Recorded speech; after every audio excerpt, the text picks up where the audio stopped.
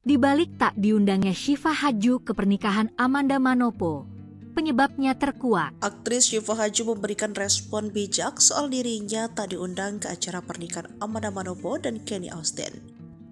Amanda Manopo dan Kenny telah sah menjadi pasangan suami istri pada 10 Oktober lalu. Pada acara pemberkatan pernikahan yang dilanjutkan resepsi itu, Amanda dan Kenny hanya mengundang 50 pasangan atau sekitar 100 tamu.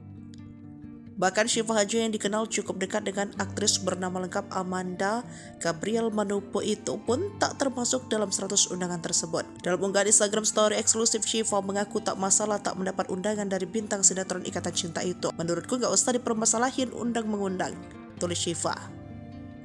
Menurut pemilik nama lengkap Syifa, Safira Nuraisa itu sah-sah saja jika pasangan pengantin memilah tamu yang diundang, terlebih jika acara digelar secara intimate. Lebih lanjut, mantan kekasih Rizky Nazar itu menegaskan dirinya dan Amanda masih berhubungan baik.